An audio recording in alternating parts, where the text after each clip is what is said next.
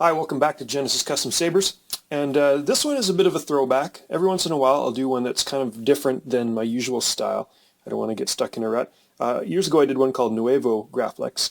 That was a Graflex styled saber. This one I'm calling Graflexica, as obviously you can see it's using the Custom Saber Shop Graflex styled emitter, and it's got some similar imagery from the classic Graflex saber that was used for A New Hope.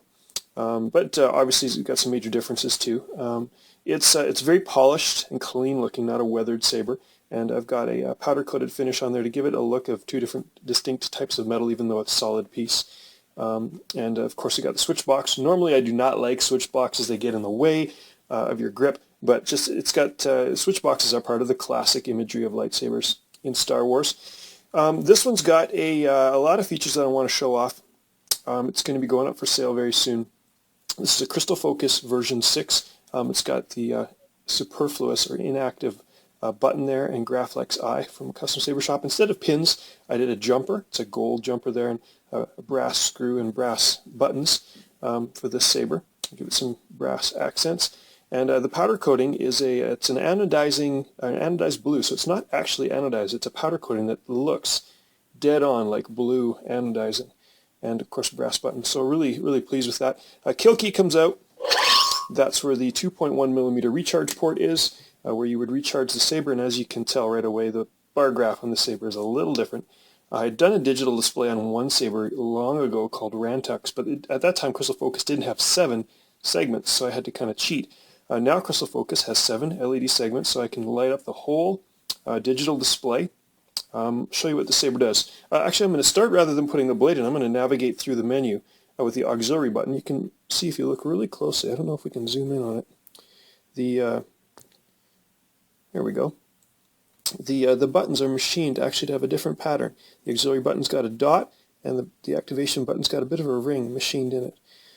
So anyways, if I was to hold the auxiliary button down, go into the menu. And as you can see, as you cycle through the fonts, you actually get the digital display corresponding to what sound bank, 1 through 6. iSaber is just 3 bars. So let's go to Bespin. Now normally a bar graph is in a straight line, so when you fire up the saber, of course, all your different animations, this one's a random one, you do all kinds of different funky things that look really cool on the digital display. Your lockup gives you power level meter, and as you notice, it flashes between 0 and 8. Those aren't numerical displays, that's just 8 bars, 7 bars makes a 0. Once the battery keeps draining down, the little bars will reduce down to 1 when the battery's getting low. The animations are really quite cool. We've got different animations programmed for different sound fonts. I'm going to put a blade in as well so you can see that this saber, now this is the blade retention screw. You can also have a different blade retention screw there. Right now I've got a set screw in it. The fake red button is the blade screw. So with Revenge, fire it up. I've got a bright orange blade. This is the color extension version of the Crystal Focus, or in other words, it's a Crystal Focus soundboard plus a color extender board, so it gives you an option of different blade colors. We'll get to that in a little while. But this one, you've got, again, a different animation on the digital display. I'll show you and every blade color's got a different color flash on clash, which you can, of course, program. Then you can go to, again, get into the menu. Of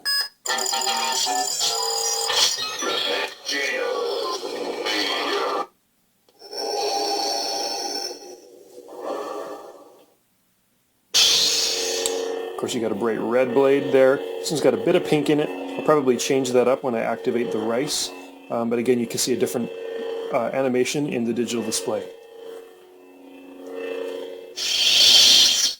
I'll take the blade out.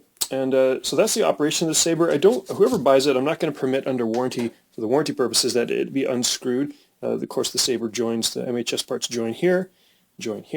But when the kill key is out, as with all of my elite sabers, you can unscrew the bottom half. Again, none of this stuff needs to be taken apart. There's screws underneath here to remove the clamp. It's bolted on there solidly with two screws. So as you can see, there's the crystal focus card, and underneath, tucked in underneath and held in by the zap strap, is the color extender. This is a very complicated saber to build. Once it's together like this, it's all very durable, but it was there's a lot of wires with a color extender, a rice port, a crystal focus, bar graph. That's just a lot of wiring. But like any of my other Elite sabers, you can change the sound fonts by plugging in the kill key. You'll notice that kills power to the saber.